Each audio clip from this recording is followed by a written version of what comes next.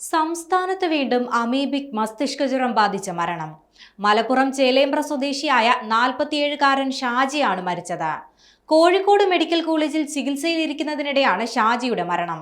Amoebic മസ്തിഷ്കജ്വരം ബാധിച്ച് 1 മാസത്തിനിടെ മരിക്കുന്ന 6ാമത്തെ ആളാണ് ഷാജി. നിലവിൽ രോഗബാധയെ തുടർന്ന് 11ഓളം ആളുകൾ സംസ്ഥാനത്തെ വിവിധ ആശുപത്രികളിൽ ചികിത്സയിലുണ്ടെന്നാണ് റിപ്പോർട്ട്. കോഴിക്കോട് മെഡിക്കൽ കോളേജിൽ ചികിത്സയിൽ കഴിഞ്ഞിരുന്ന ശോഭന കഴിഞ്ഞ സെപ്റ്റംബർ 8-ാം തീയതിയാണ് മരിച്ചത്. വണ്ടൂർ തിരുവാലി സ്വദേശിയാണ് ശോഭന.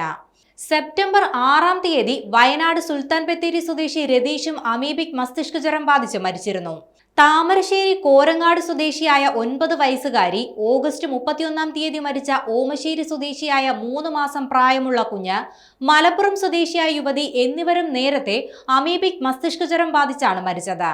ഷാജിയുടെ മരണമടക്കം 1 മാസത്തിനിടെ അമീബിക് മസ്തിഷ്കജ്വരം ബാധിച്ച 6 പേരാണ് മരിച്ചതെന്നാണ് റിപ്പോർട്ടുകൾ സൂചിപ്പിക്കുന്നത്. എന്നാൽ ആരോഗ്യവകുപ്പിന്റെ ഔദ്യോഗിക കണക്കിൽ ഈ വർഷം 2 പേർ മാത്രമാണ് അമീബിക് മസ്തിഷ്കജ്വരം ബാധിച്ച് മരിച്ചിട്ടുള്ളത്. എന്നാൽ 12 പേരുടെ മരണം അമീബിക് മസ്തിഷ്കജ്വരം മൂലമാണെന്ന് സംശയിക്കുന്നതായി അധികൃതർ വ്യക്തമാക്കിയിട്ടുണ്ട്. 18 പേർക്കാണ് രോഗം സ്ഥിരീകരിച്ചതെന്നും 34 പേർക്ക് രോഗം സംശയിക്കുന്നതുമായാണ് ആരോഗ്യവകുപ്പിന്റെ കണക്ക്. അമീബിക് മസ്തിഷ്കജ്വരവുമായി ബന്ധപ്പെട്ട കണക്കിലെ ആശയക്കുഴപ്പത്തിൽ അധികൃതർ ഇനിയും വ്യക്തത വരുത്തേണ്ടതുണ്ട്.